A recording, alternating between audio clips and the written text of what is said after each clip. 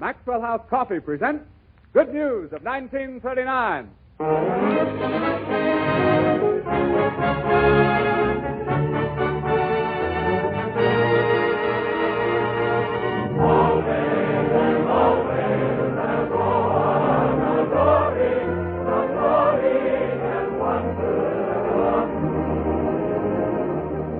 The makers of Maxwell House Coffee again present to you another full hour of sparkling entertainment from the Metro Goldwyn Mayer Studios in Hollywood.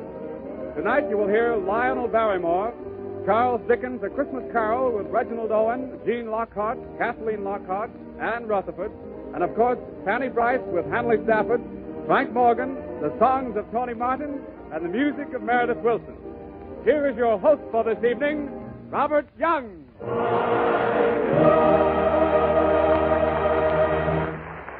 Thank you, Warren. Ladies and gentlemen, Meredith Wilson gets our show underway with a brand new song from Cole Porter's current Broadway hit, Leave It to Me, the song Tomorrow. Meredith will play Tomorrow right now, which is a good trick if you can do it. Maestro?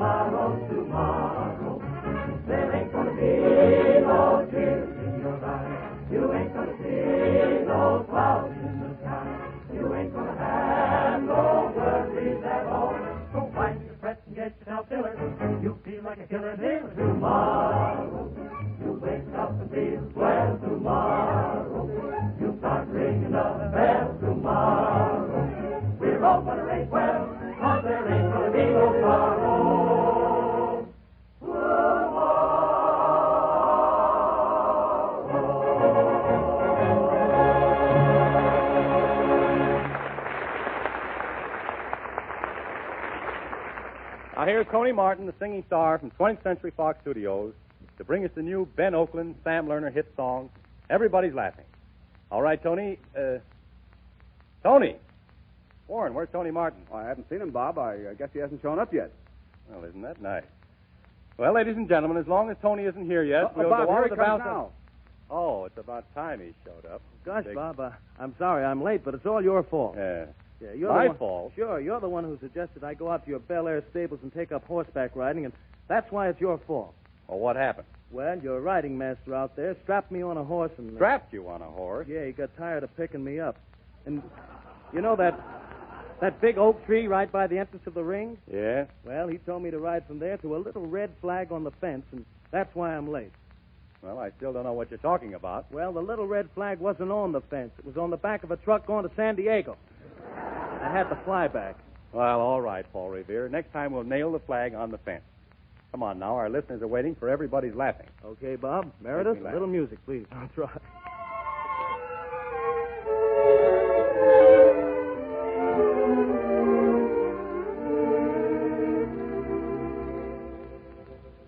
Everybody's laughing. Yes, everybody's laughing. They know that you and I are through, and everybody's laughing. I told the world you loved me and bragged about it proudly. But since they know it's over, they're laughing at me loudly.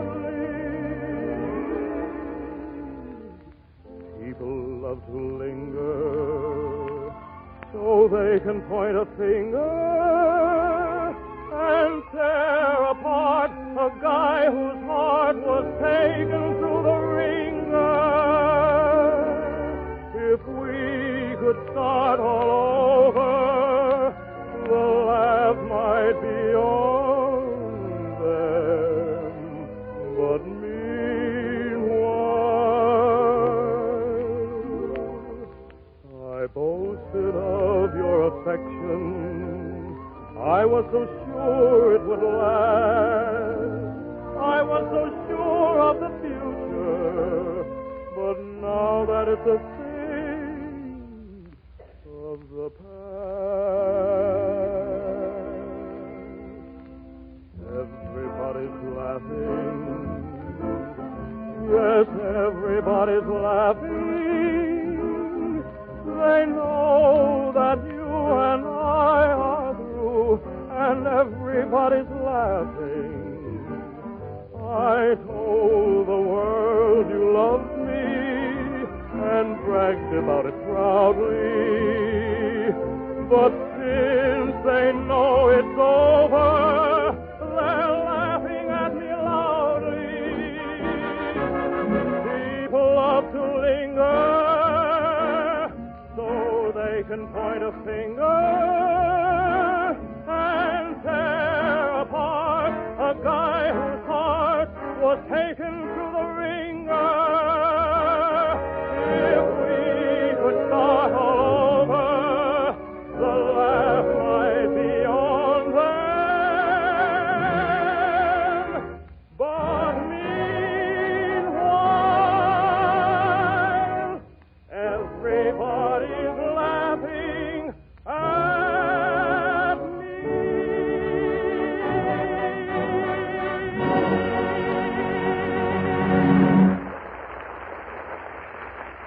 Even if you were late, Tony, I'm sure everyone will agree that was worth waiting for. And now here she is, ladies and gentlemen, Fanny Bryce as Baby Snook.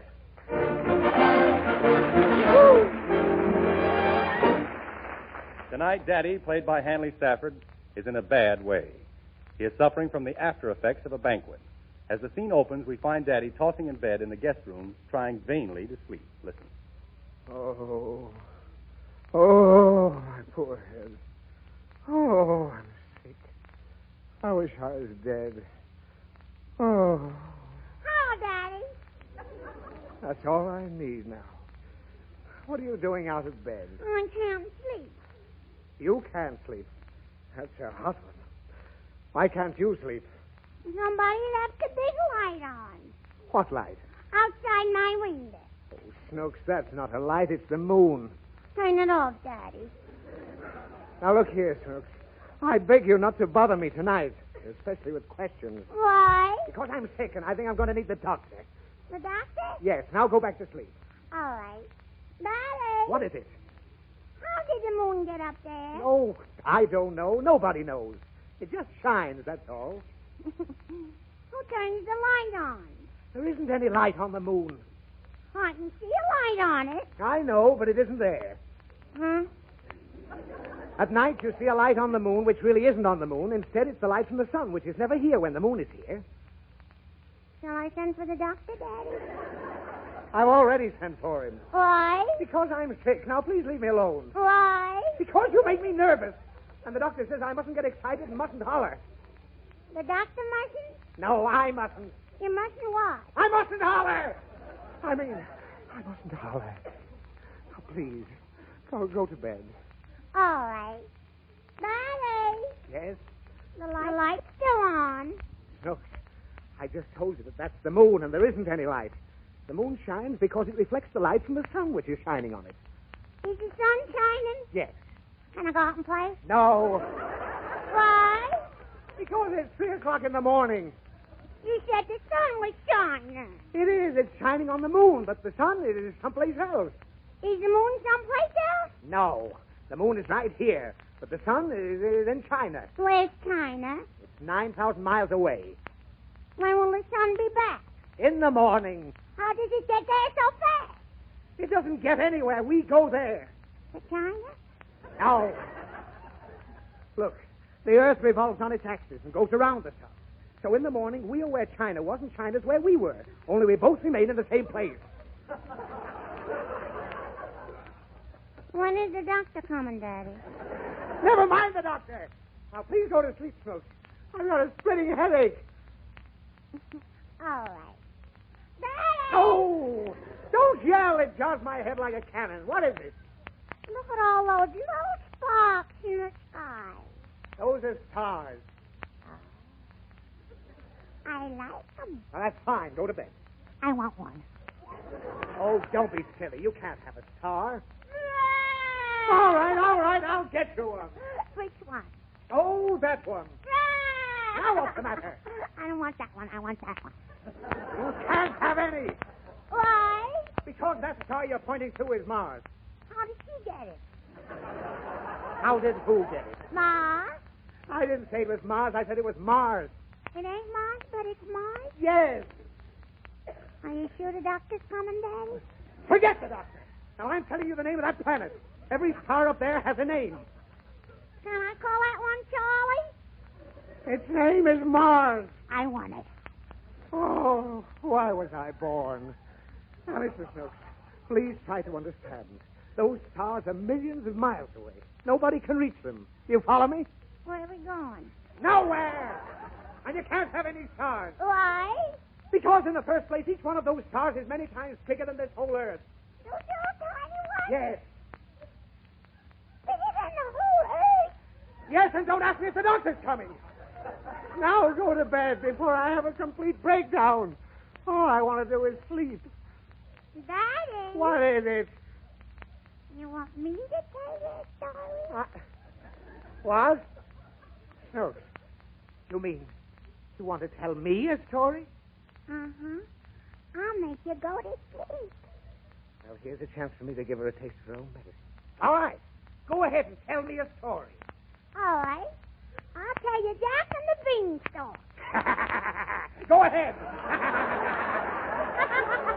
Tell me the story. Once upon a time, there was a poor old woman who had a son named Jack. And they lived in Who lived? Jack and his mother. She was very good to him. Good to and who, Snooks? Good to Jack. She was Who was? his mother. Whose mother? Jack's mother! Oh. She gave him a cow to sell in the village. When she told him Told that... the cow? Oh, what are you yelling about? Because you keep mixing up the story. Now you know how I feel when you do it to me. I'm going to bed. I finally got even.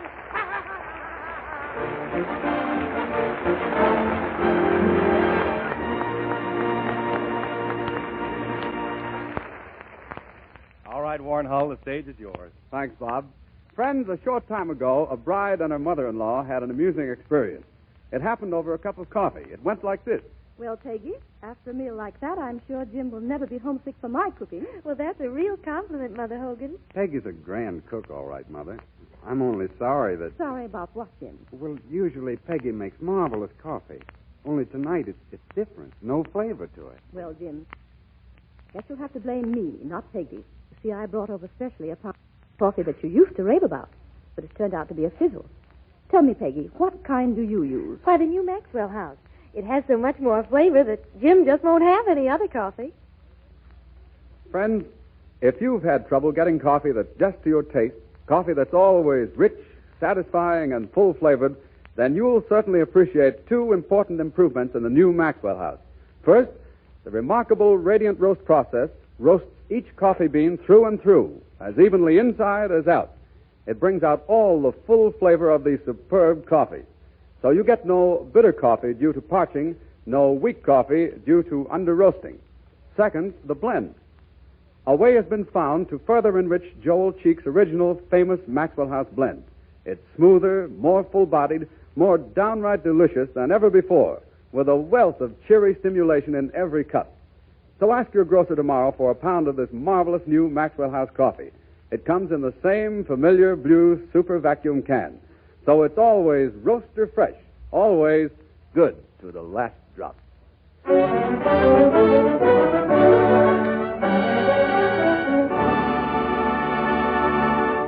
Meredith Wilson's arrangement of Ferdinand the Bull is still the top. He plays it for you now. All right, Matador, Ferdinand the Bull.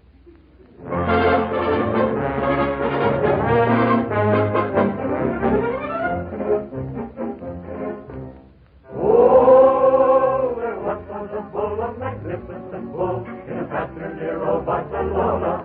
He would romp and he'd play through the flowers all day, till he smelled just like Eau de Cologne.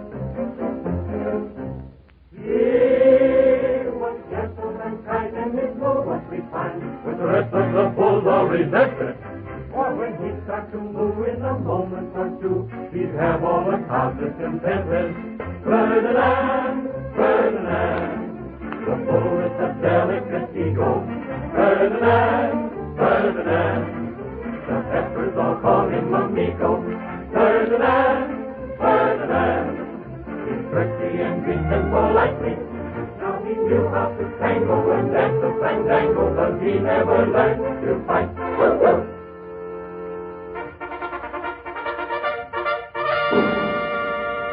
Señoritas and señoras, the Toreador.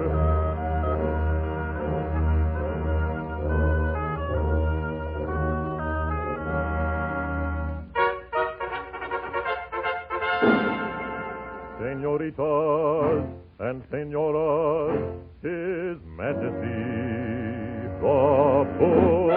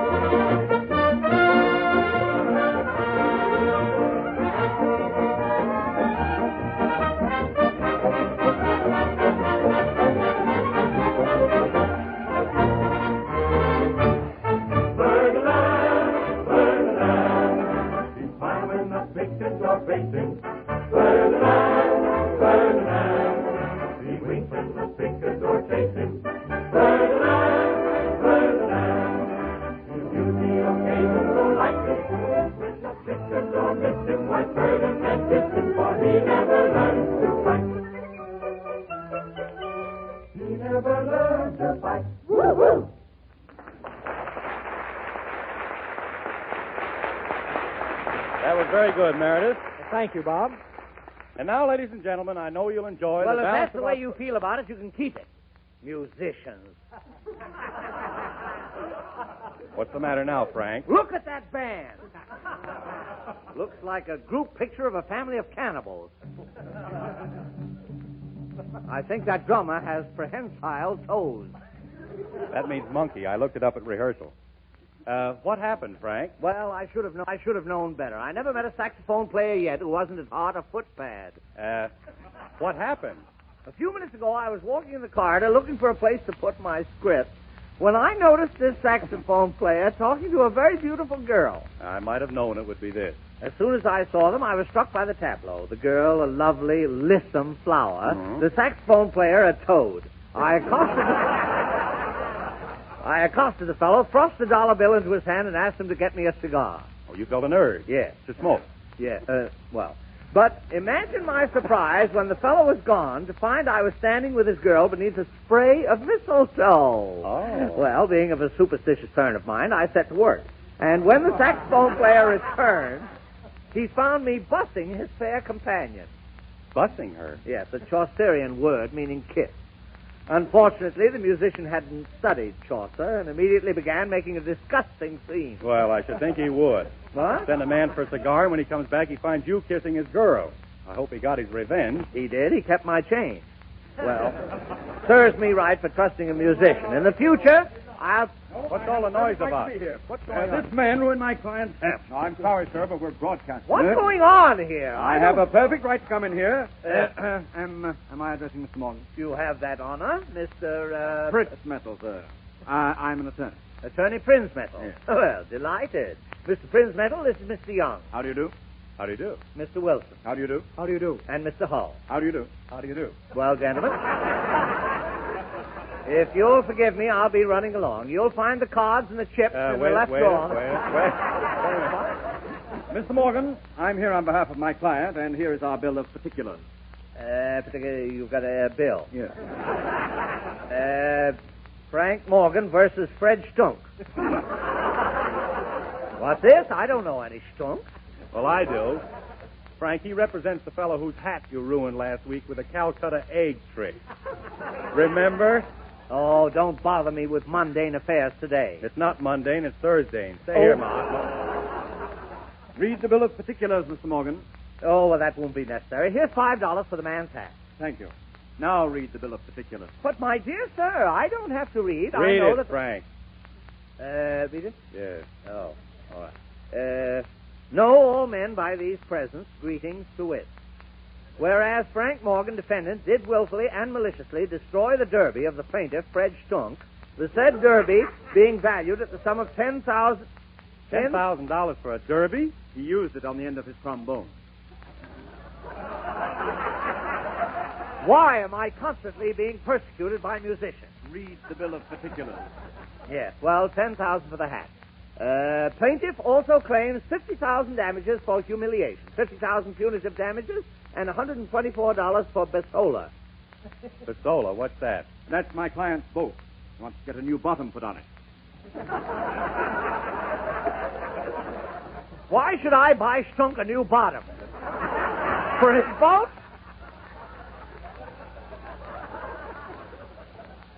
There's no harm in asking.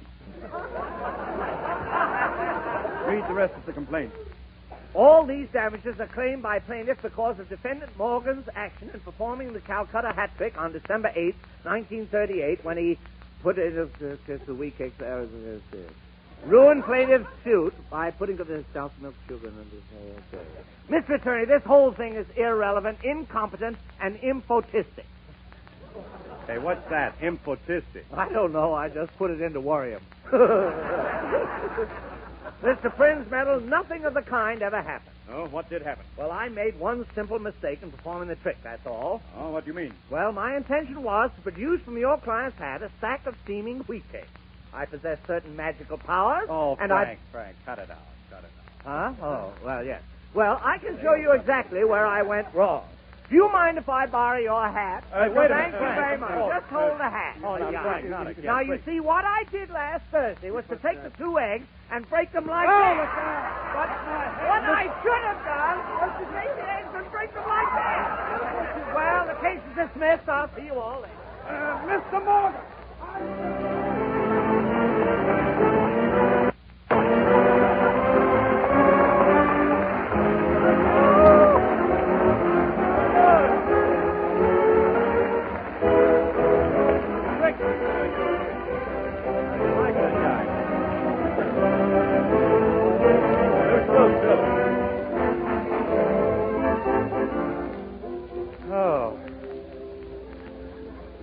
Well, what have you got there, Warren?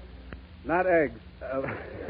No, wait till you hear it, Bob. It's a limerick from one of our many Maxwell House friends. His name is Ad Reinhardt. Well, come on, read it. Okay, listen. There was a young man named Bello who was always quite a good fellow. His superlative spouse served the new Maxwell House, the coffee that's rich, smooth, and mellow. By the way, Warren, are many people sending in jingles or limericks about Maxwell House? They sure are, Bob, and I want to thank all of our friends who take the trouble to write them. We really do appreciate it. And by the way, the minute hand of the clock is pointing straight down. So pull up your chairs and join our friendly circle in our regular Thursday evening custom. A steaming, fragrant cup of Maxwell House and the music of Meredith Wilson.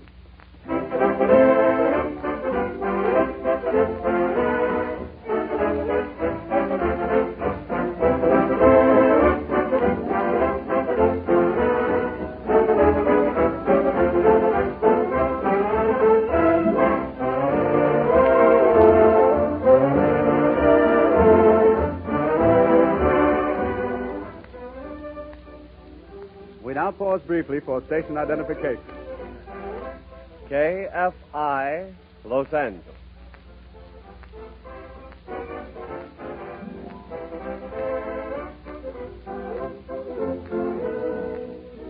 This is Bob Young again, continuing our good news of 1939. Now Maxwell House takes great pleasure in bringing you Charles Dickens' immortal story, A Christmas Carol, as produced by Joseph L. Mankiewicz into a glorious MGM picture. And now, ladies and gentlemen, Mr. Lionel Barrymore.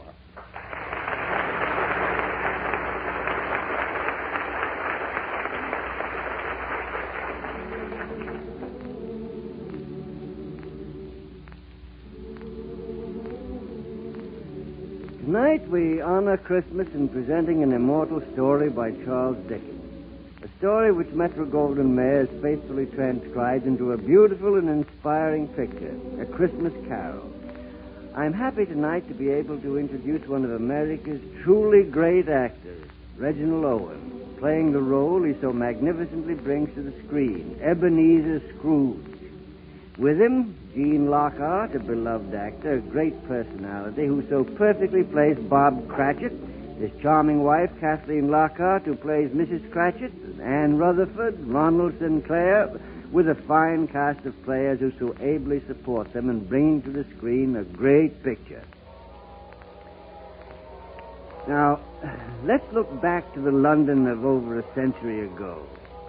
As Dickens tells us, there was once a man named Ebenezer Scrooge who scoffed at the idea of Christmas. Oh, but he was a tight-fisted hand at the grindstone, was Scrooge.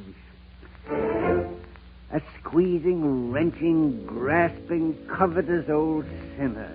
A hated man in a dingy little office in London's Threadneedle Street, whose partner, Jacob Marley, had died some 7 years past, and whose only employee is Bob Cratchit, an abused fellow frightened of his master.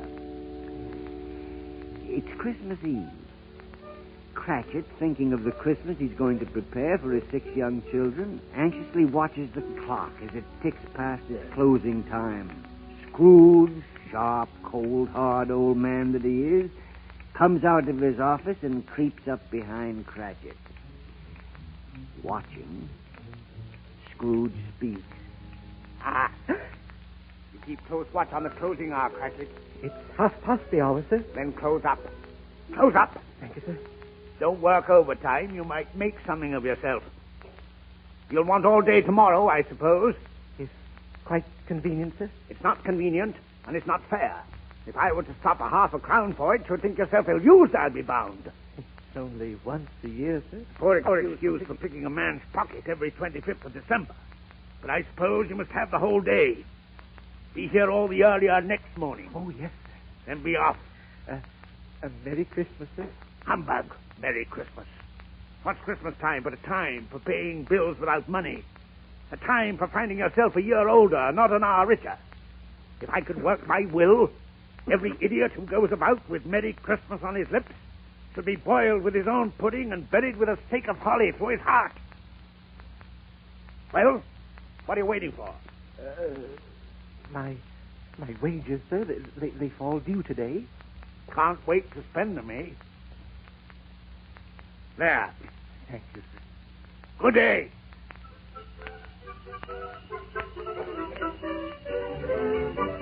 Bob Cratchit jogs up Threadneedle Street, greeting friends and strangers alike with a jolly smile and a cheery Merry Christmas.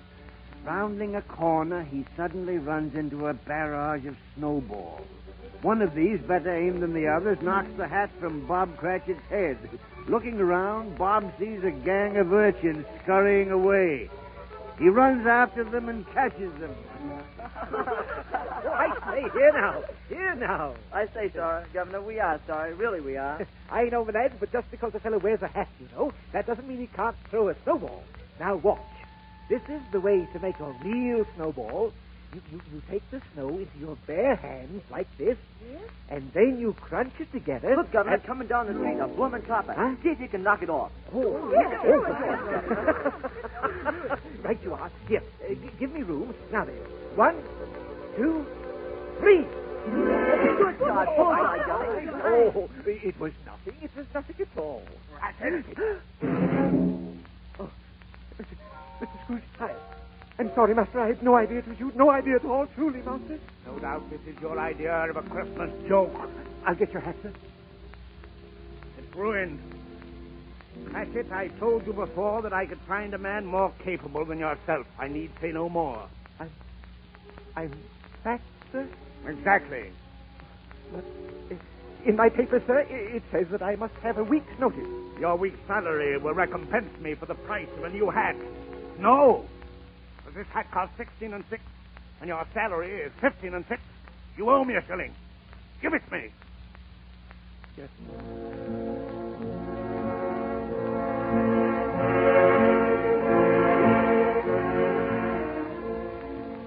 It's a saddened Bob Cratchit who wends his way homeward on Christmas Eve. He's thinking of his wife and family. But most of all, he's thinking of his youngest son, Tim. Tiny Tim, as all his brothers and sisters call him.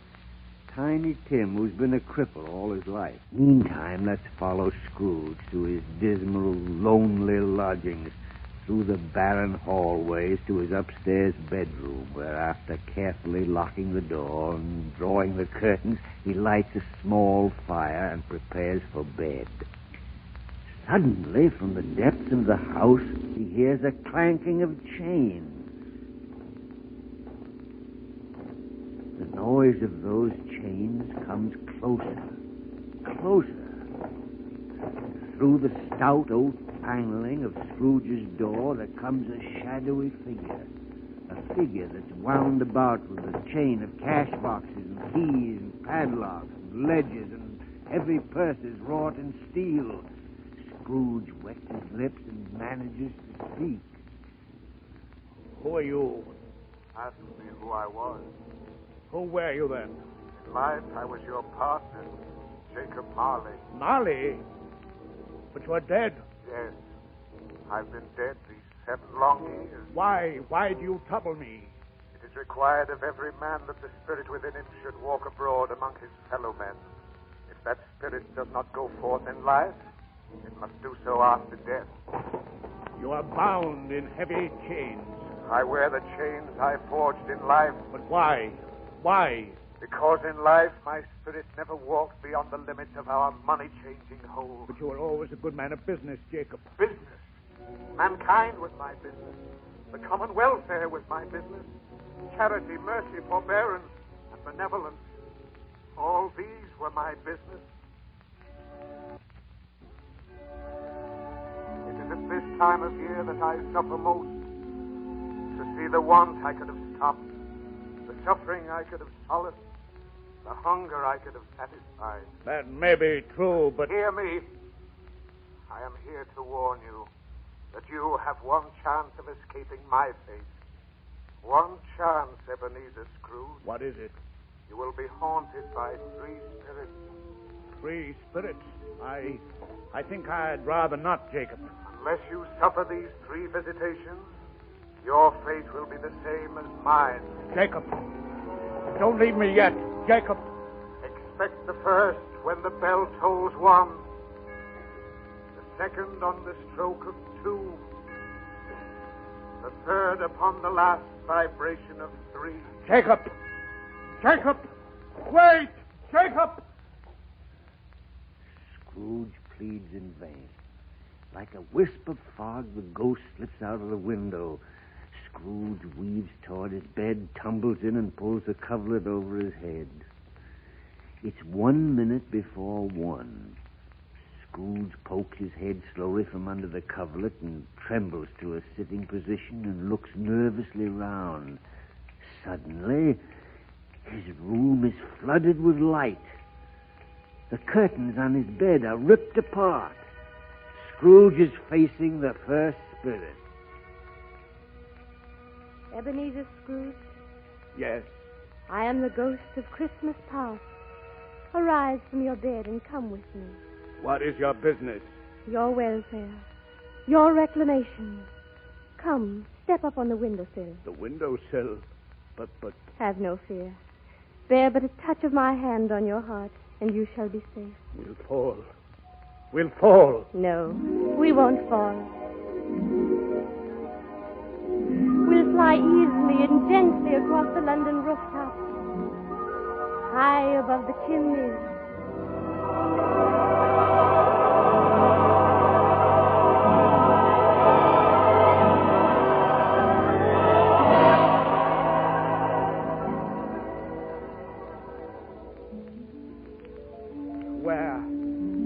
Where are we?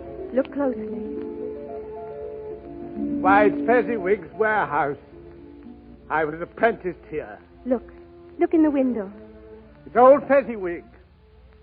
It's old Fezziwig alive again. But who is that boy with him? I seem to remember his face. That boy is yourself. Listen. Scrooge? Ebenezer Scrooge? Yes, sir? Do you observe the time? 5 minutes past 7, sir. You've let me work you 5 minutes overtime. No more work tonight. Christmas Eve, Ebenezer. Close up the shop. Yes, sir. Now, about tomorrow. It's a holiday, of course, but you're expected to spend at least part of it with me. Eating Christmas dinner. Thank you, sir. And here. This is for you. A sovereign? A whole sovereign? I don't know what to say. Don't try to thank me, Ebenezer. Don't try to thank me.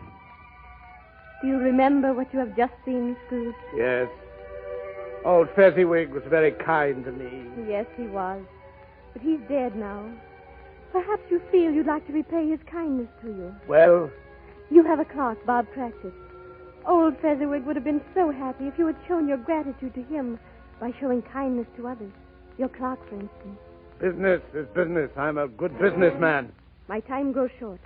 I have shown you a scene from your childhood. I have yet to show you the black years of your life.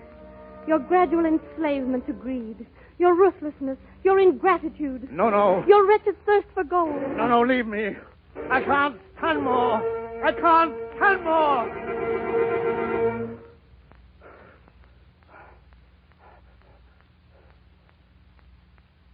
I must have been dreaming. I'm here in my bed. Yes, that's it.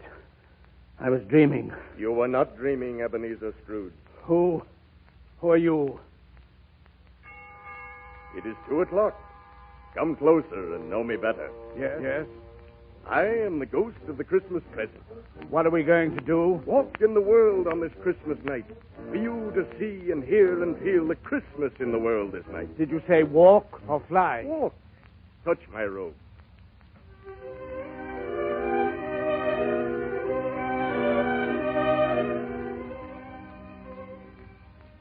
This is the home of your clerk, Bob Cratchit.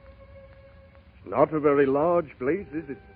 But how could it be large on the salary you pay him? Perhaps he doesn't budget his money well. Look, they're eating their Christmas dinner. There's Bob Cratchit at the head of the table and his wife and their children. Tell me, Spirit, why does that little boy, the one whom they call Tim, why does he look so ill? He's been crippled all his life.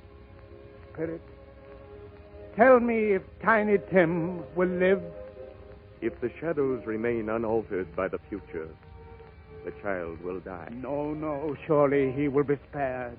With the kind of care that money can buy, who can tell? But Bob Cratchit has no money.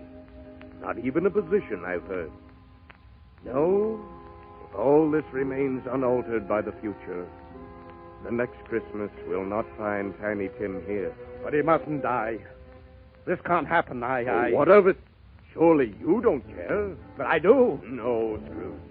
Come, my time with you is up. We must return. But look, inside, Bob is telling a story. Spirit, please let me hear Bob's story. No, we must go. But it's about Aladdin and the magic lamp. Please let me stay. I won't come with you. I'm going to stay. Don't act like a fool, man. You don't like Christmas. But I do. I do like Christmas. I love Christmas. I love Christmas.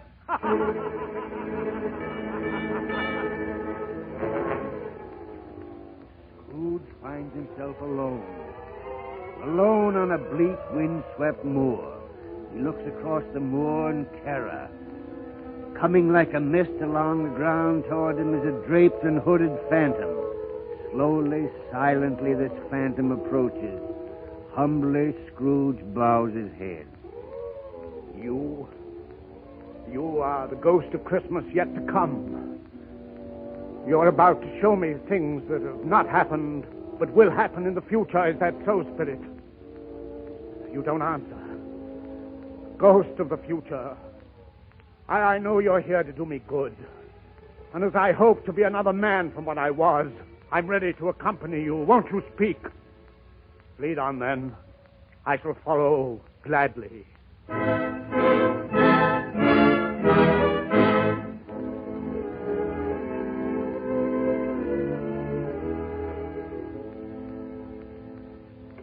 Why, this is Bob Cratchit's home again. They, everybody. All the children look so sad. Mrs. Cratchit, isn't it? It must be getting near your father's time. We've passed it, Mummy. So we have walked on slowly last few evenings. I've known him to walk with Tiny Tim upon his shoulder. Very fast indeed. And so have I. But he was very light to carry. And his father loved him so that it was no trouble. No trouble. There's your father at the door. Hello there, my nippers. Hello, my dear. Bob. This chair feels good. I saw Mr. Scrooge's nephew today. You did, dear? Yes. Oh, he is a nice fellow. He saw I looked a trifle down. Just a trifle, you know. He asked me what was wrong. I told him about Tim. He's such a sweet fellow, somehow I didn't mind telling him. I'm heartily sorry for it, Mr. Cratchit, he said, and heartily sorry for your good wife. By the by, how he ever knew that, I don't know. You what, my dear? That you were a good wife? It really seemed that he knew our Tim and felt with us. I'm sure he's a good soul. He is. And I'm sure, children, that when we remember how gentle and patient Tim was, we shan't quarrel among ourselves, and in doing it, forget our Tim. No, Daddy, never. No. I'm very happy. I am very happy. Poor Tim. Poor Tiny Tim. Everyone who knew him feels sorrow. Sorrow they would never feel for me. What place is this? It looks like a graveyard, a cemetery. Everything looks so bleak and cold, and it is a graveyard. What are you pointing at? A grave. It says, Ebenezer Scrooge. My grave. And not a flower or a blade of grass on it. No. Why do you show me this if I am past all hope? I shall change my way of living. I will try to greet Christmas all the year. I will live in the past, the present, and the future. The spirit of all three shall be in my heart. I shall never forget the lessons that they teach. Tell me that this will change my future. Tell me that this is not my end. Please, please, please, please.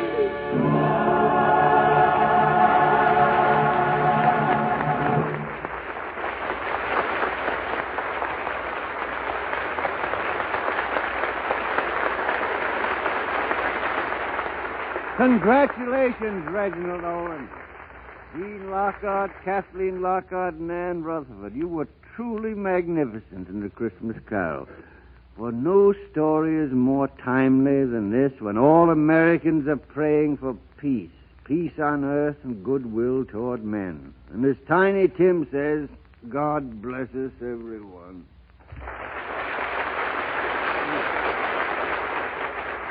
Thank you, Mr. Barrymore. And may we extend an appreciation and thanks to Franz Waxman, who composed the original music for our radio version and who also conducted the orchestra for us tonight. Likewise, an orchid to Edwin L. Marin, who directed the radio version of A Christmas Carol as well as the picture.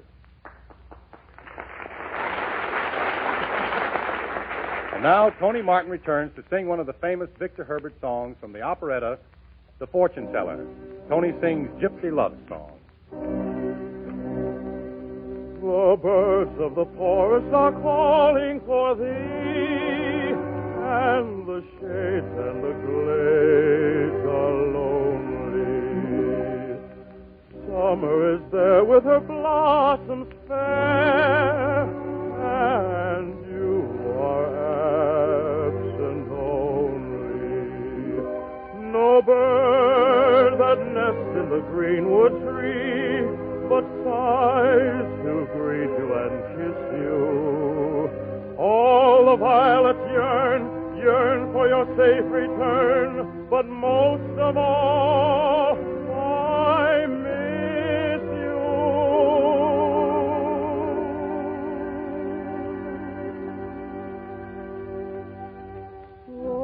Slumber on, my little gypsy sweetheart. Dream of the field and the grove. Can you hear me in that dreamland where your fancies rove? Slumber on, my little gypsy sweetheart, wild little woodland dove.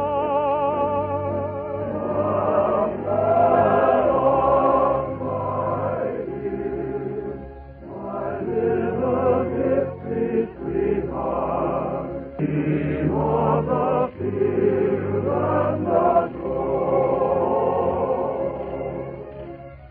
Slumber on, my little gypsy sweetheart, wild little woodland dove.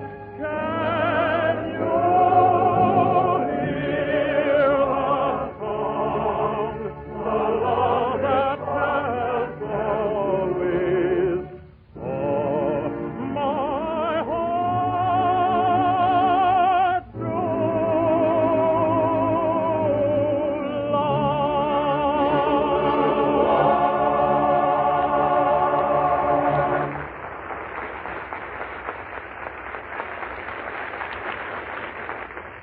Here is another of those good news satires.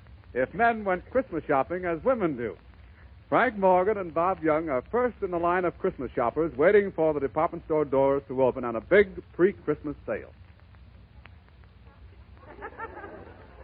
Young, do you realize we've been standing here since 7 o'clock this morning? Yeah. My feet are killing Oh, me. mine too. Any minute my corns will pop. This is worse than Dollar Day at the 5 and 10. Well, I hope this sale is worthwhile. I did all my washing and ironing last night so I could make it. Oh, this is a very reliable store. Last Christmas I exchanged some of my gifts here 6 and 7 times. Oh, Morgan, who takes care of the baby while you're out shopping every day? Well, I have a little man that comes in. Oh. I see. He's so good with babies. He was the one himself, you know, once. We put the baby on a scientific diet. We're feeding him garlic now. Feeding the baby garlic? Of course. When he cries during the night, we can find him without turning on the light. Oh, I see. Say, for goodness sakes, will you stop pushing, buddy? Who's pushing? I was just breathing. Well, when then breathe easier. Oh. This place is crowded enough without somebody Listen climbing here, up. you. Why, Hanley Stafford. Why, Wargy. It's you. Why, I haven't seen you since Prudence Puny's cooking school last May. And Youngsy Wongsy, you old thing, you. Staffy, how did you know? You know you look positively radiant.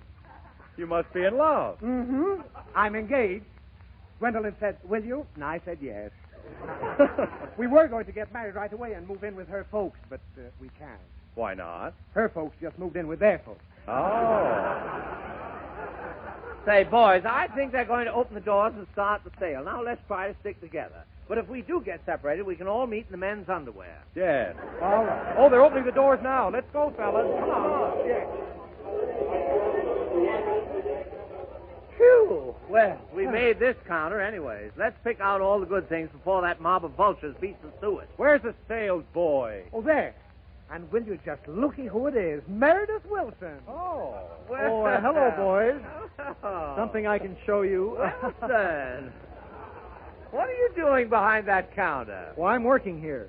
Just thought I'd pick up some extra cash over the holidays so I could buy a darling little coat I saw in the window of the store across the street. Oh, I know the one. Oh, Wilson, you'll be an absolute dreamboat in it.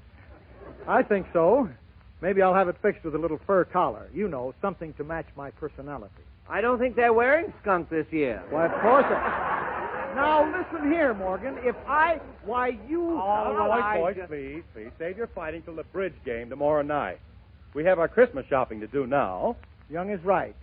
Old Stafford, look at this lovely blue tie. It would be enchanting on you. Just matches your eyes. Yes, it is nice material. What is it? Rayon. Oh, I can't wear rayon. It chafes me. Say, fellas, don't look now, but don't we know that sales boy at the next counter? Of course. That's Kenny Grossman's cousin. The one who just got divorced. How did you you like know that? But no. Of course. My. Oh, I remember his wife now. She's that big fat woman who always wore the red earrings. Yes. From a rear view, she looked like the back of a Greyhound bus. Did he get alimony? Well, I don't know, but I think he won the custody of his wife's parents. Here we are, gapping again and not getting our Christmas shopping done. Wilson, I'll take this little bed jacket with the mules to match. Oh, no, Stafford, now, not that set. Please, don't take it away from me. I fell in love with that the minute I saw it. Oh, all right. I'll take this chenille robe instead. Oh, Stafford, you're an angel without a dirty face. Now, Wilson, I'll take this purple polka dot sport blouse. A gift for my butcher. He'll love it. Well, I'll have them all wrapped and be back in a teensy little minute. Don't go away now.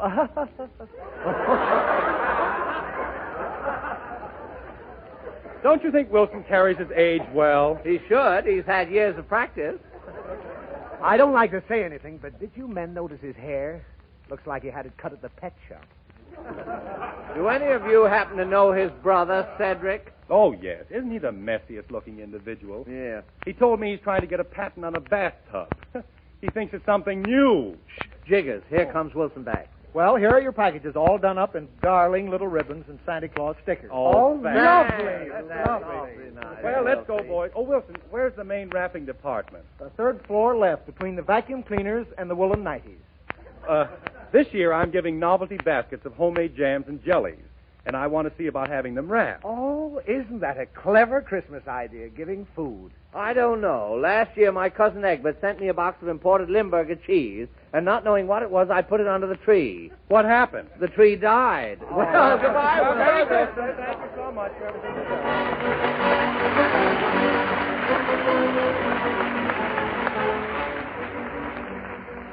Now, Warren Hull. Thanks, Bob. Friends, do you really know how truly rich and satisfying the flavor of the new Maxwell House coffee is? On this point, Mr. Harold Renfrey of 118 Kemper Avenue, Butte, Montana, wrote recently, quote, I cannot resist the temptation of telling you the big surprise I got about 10 days ago. I'm just a mine worker, but I like my coffee, and for the last 25 years have been using what I thought was the best coffee on the market. But for the last 2 years, it has been getting more bitter all the time. Then about 10 days ago, my wife bought a can of Maxwell House. When I came off shift, I knew we had found a coffee that's different as soon as I opened the door. But I got my big surprise when I drank my first cup. No bitterness, just the real fresh coffee flavor. Unquote. Thank you, Mr. Renfrey, for your nice letter. Friends, more and more people every day are delighting in the new Maxwell House. So if you haven't tried Maxwell House lately, you're missing the coffee that's smoother, richer, and more satisfying than any you probably have ever tried before. The improvement in the new Maxwell House is due not only to the marvelously enriched blend, but also to the radiant roast process, which roasts each bean evenly through and through. So there's no weak coffee due to under-roasting, no bitter coffee due to parching. The new and improved Maxwell House comes in 2 grinds. The regular grind Maxwell House is correct for the percolator or boiled methods. The drip grind Maxwell House is correct for all drip and glass coffee makers.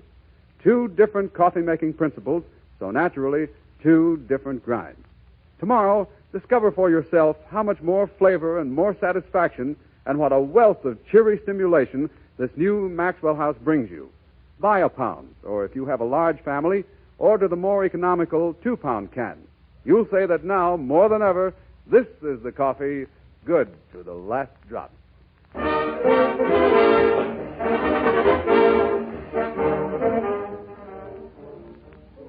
Tonight in the MGM Concert Hall, Meredith Wilson again asks, if all the music in the world were suddenly destroyed and you could choose just one composition to preserve and hear again, what number would you choose?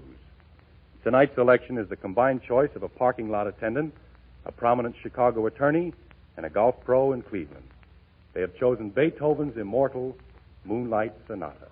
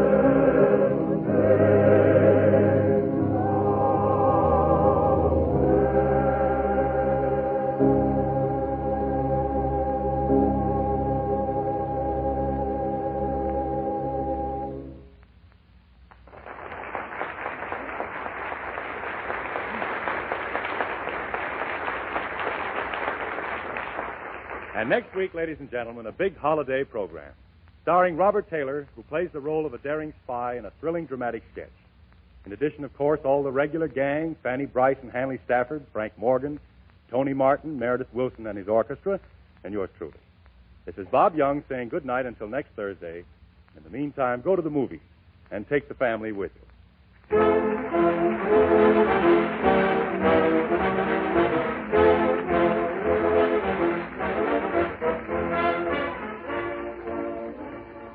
This is Warren Hull saying good night and good luck for the makers of Maxwell House.